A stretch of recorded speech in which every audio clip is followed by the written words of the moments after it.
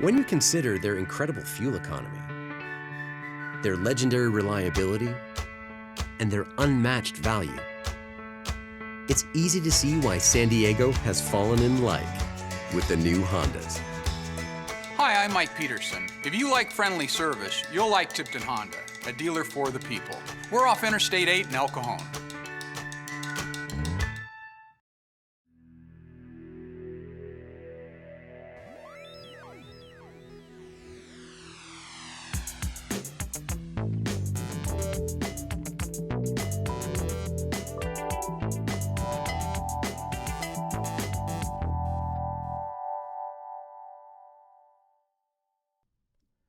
This episode was made possible by Qualcomm.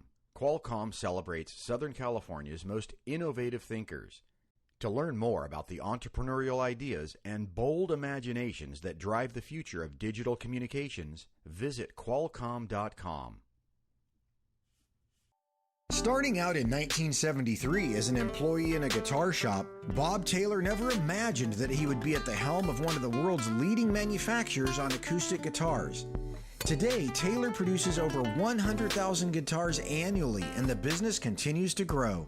Well, I built my first guitar just as a kid, high school, because I wanted to get a guitar.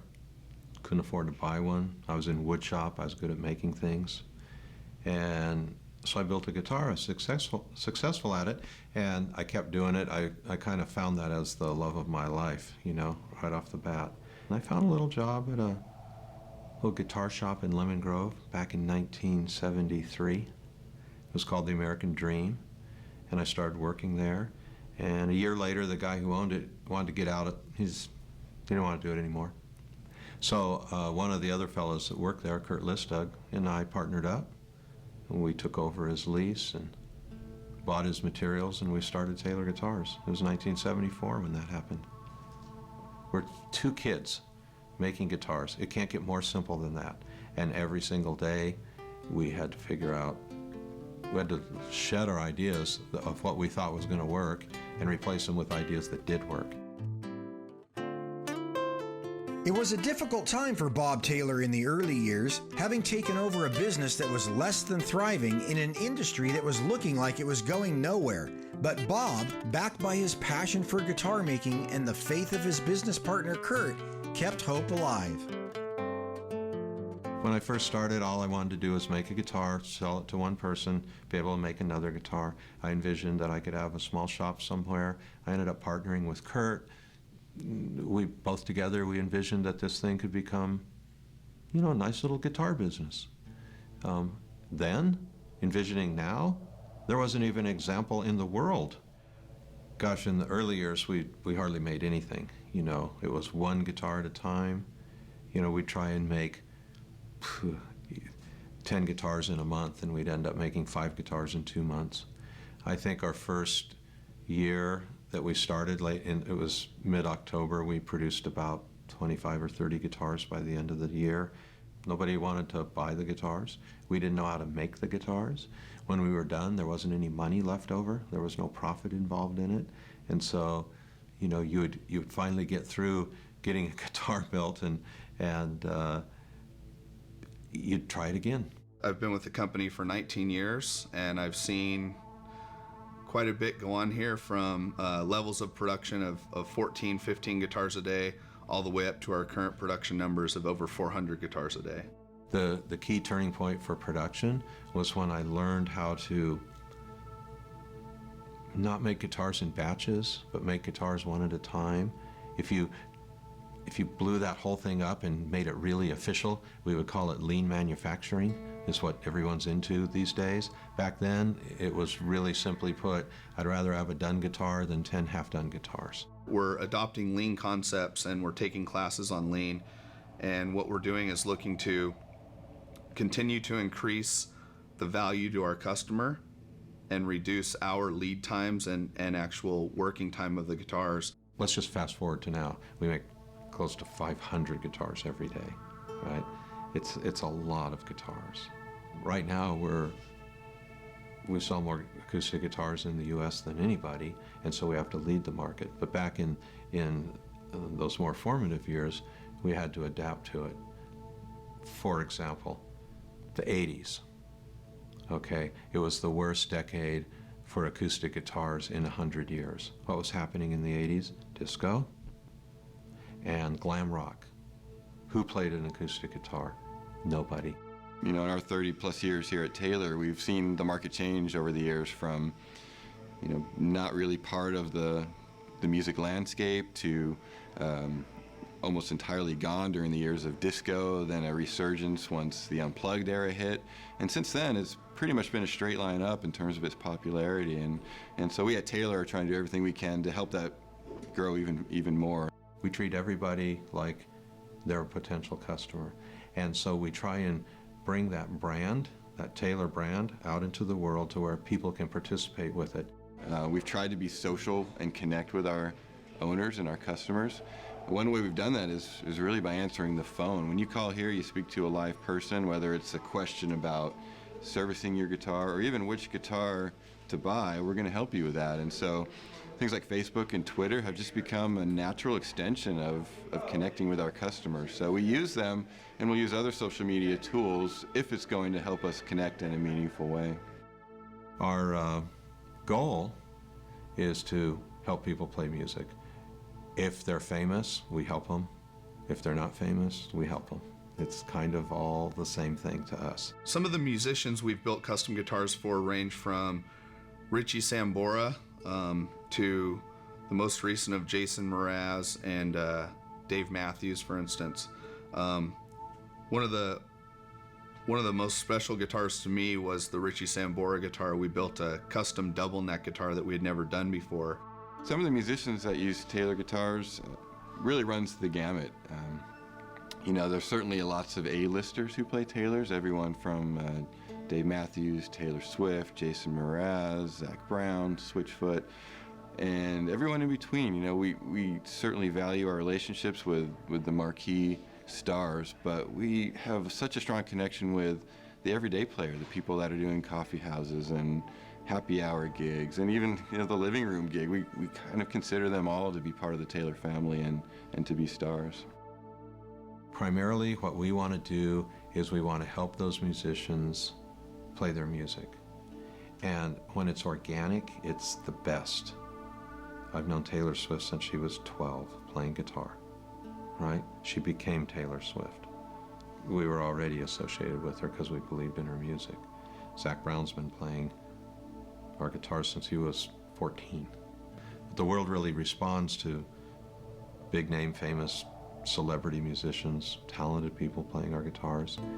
And it helps. It helps get our brand out there. With a commitment to providing people with excellent customer service and some of the finest guitars on the market, Taylor has established itself as a clear leader. Taylor guitars have what is known to be a distinct sound, which has become part of the company's branding. Whether professional or recreational, guitar players appreciate the quality. Okay, what's a good guitar compared to an average guitar? It sounds better, it plays better, it's more reliable. In the end, it's a musical instrument, and it needs to play music.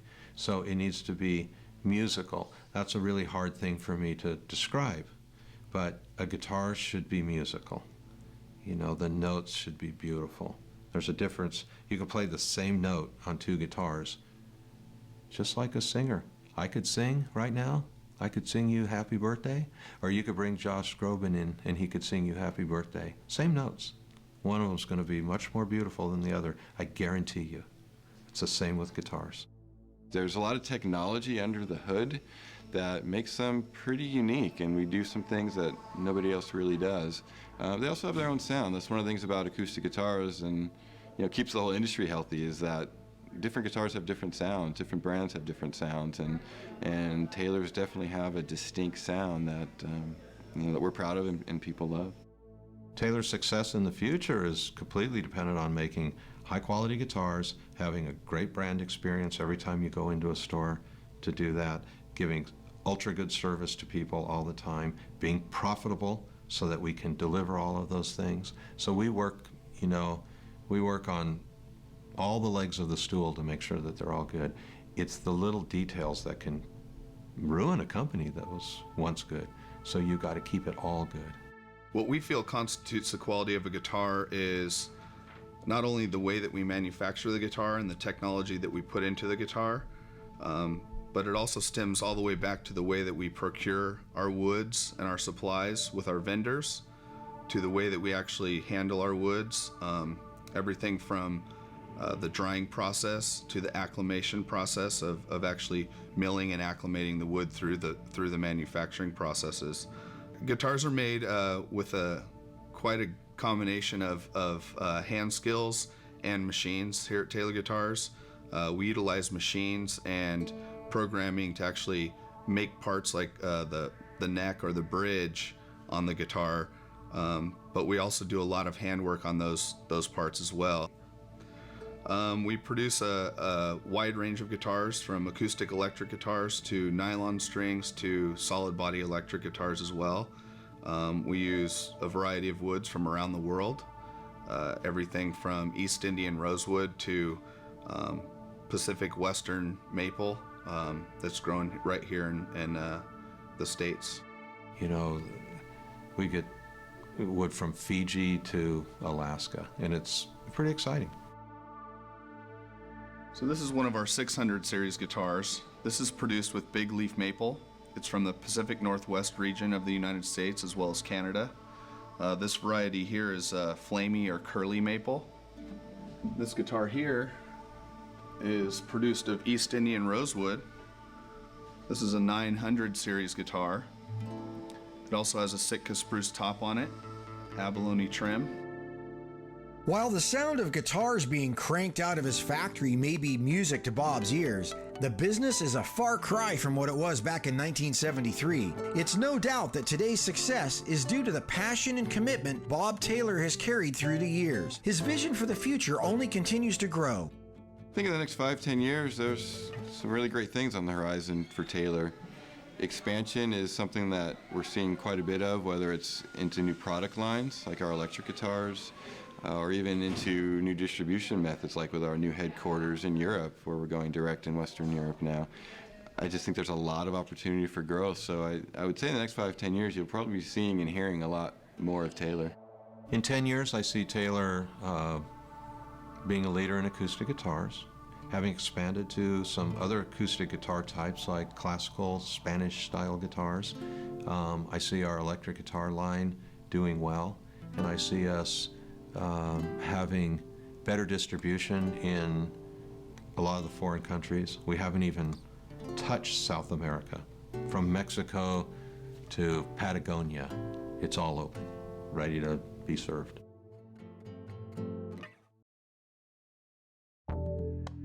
Coming up, H2O Audio keeps the music pumping on dry land or in ocean water. Water and electronics don't mix, but behind the leadership of Carl Pettersen, H2O Audio has stepped up, bringing to the market multiple devices that allow individuals to take their music with them, whether they want to go for a jog or make a splash. H2O Audio was founded originally in 2001 is when we wrote the first business plan and competed in business plan competitions for San Diego State University. The idea started with Ronnie Polani, one of the founders. He had the idea to take music with him when he went scuba diving.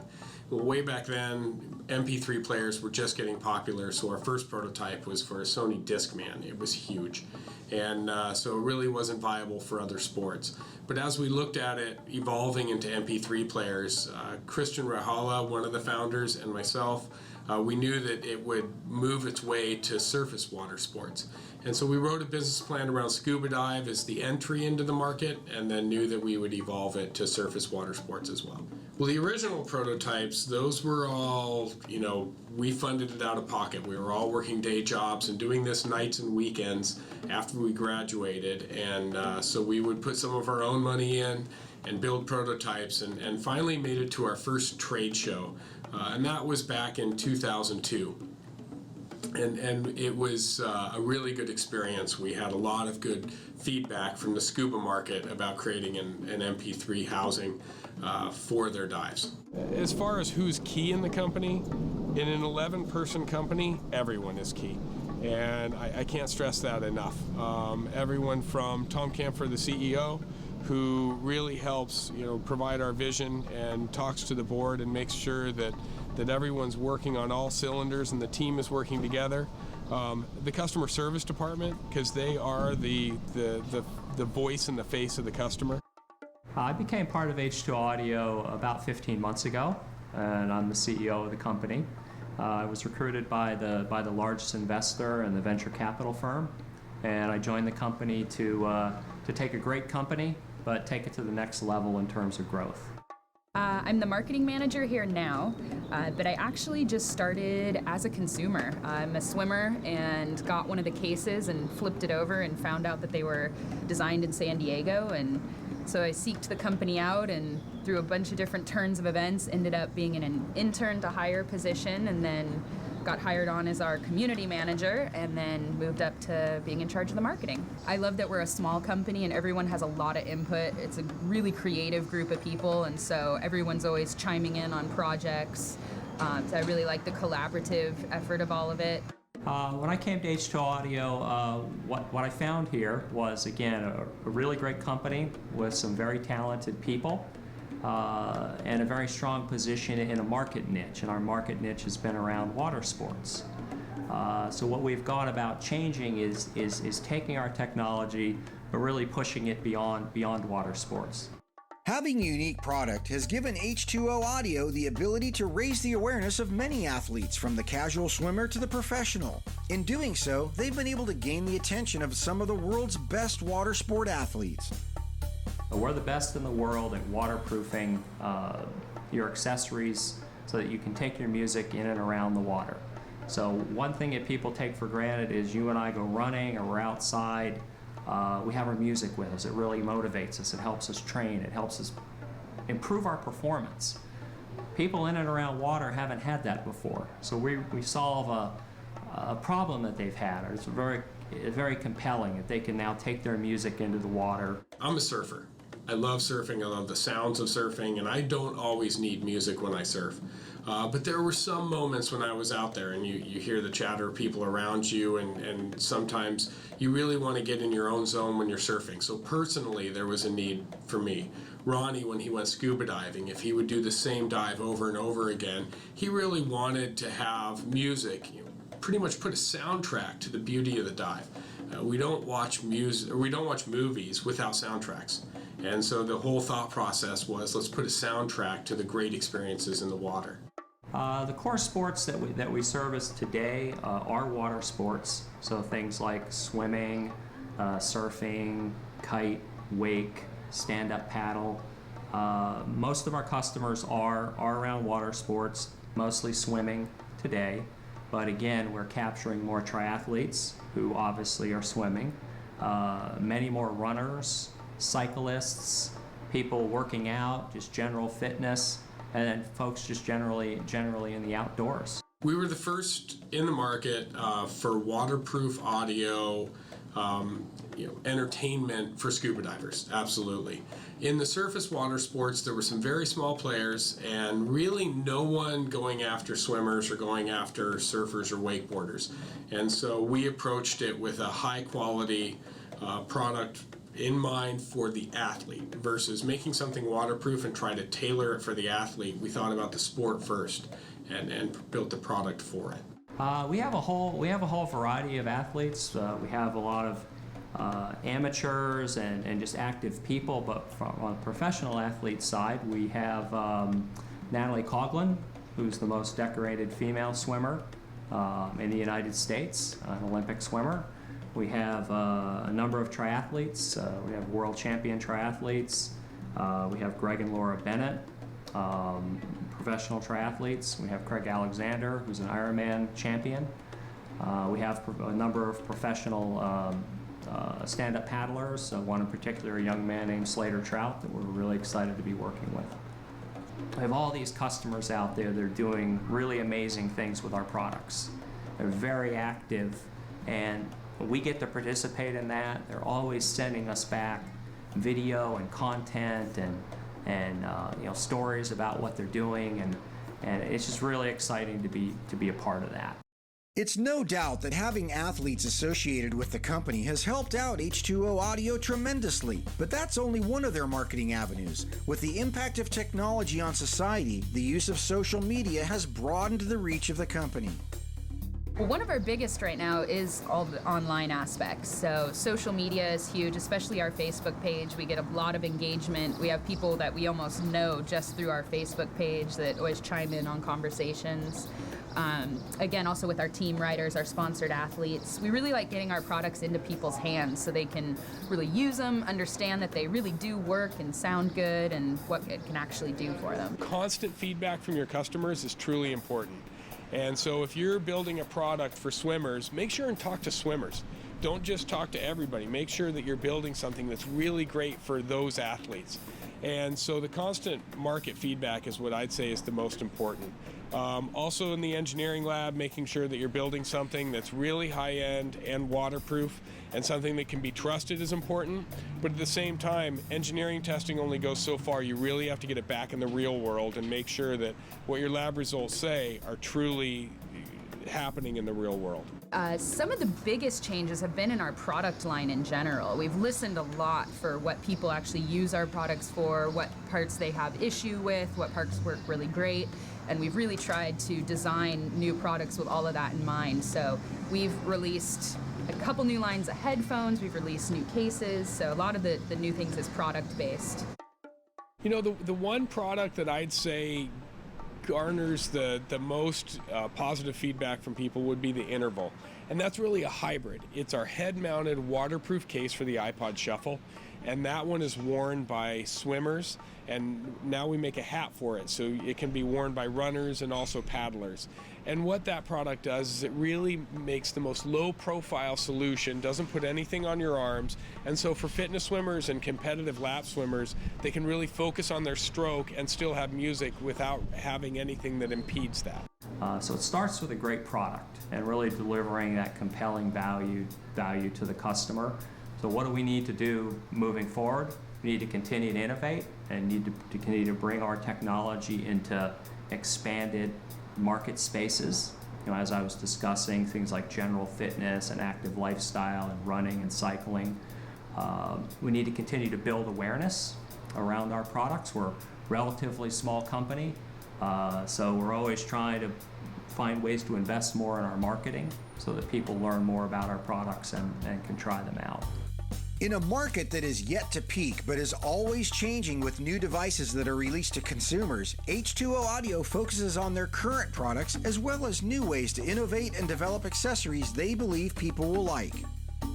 We're global right now, so we have international distribution, but focusing first on the U.S., we do have a very nice distribution channel. We're very proud to call Apple stores, Best Buy stores, and the Sports Authority as some of our top retail customers, as well as most of the specialty retail, swim bike runs, surf shops, scuba shops. We have a wide distribution network, and we're very proud of that. Internationally, you know, you look at Australia, swimming is huge in Australia, and swimmers are a large part of our customer base, and so we definitely support it there. We've got a very strong distribution network in many countries of Europe. The UK, for instance, is very strong, and we've got long-term relationships with distributors that help us get the product into the channel worldwide. Year after year, we sell more and more products, absolutely. So we are growing the number of products that we're putting into the marketplace every year. We kind of pride ourselves on innovation, and we spend a lot of time with that. So if we keep listening and innovating, I think that will always do well for us. But also at the same time, I think that we deal in a space that moves really quickly.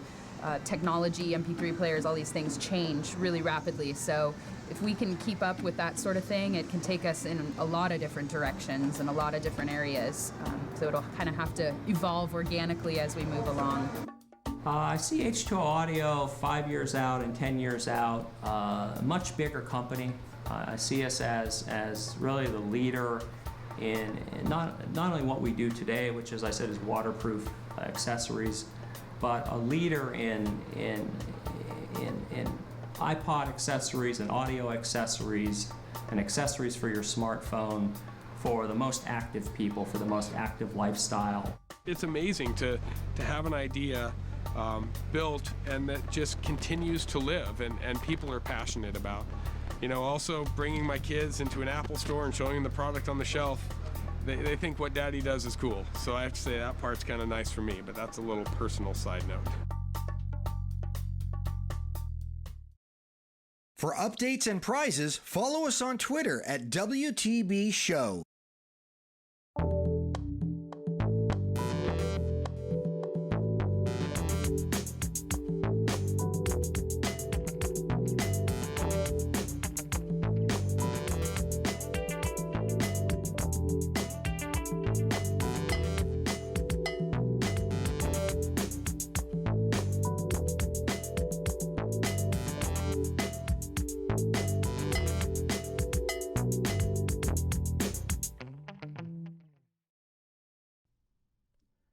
This episode was made possible by Qualcomm. Qualcomm celebrates Southern California's most innovative thinkers. To learn more about the entrepreneurial ideas and bold imaginations that drive the future of digital communications, visit Qualcomm.com.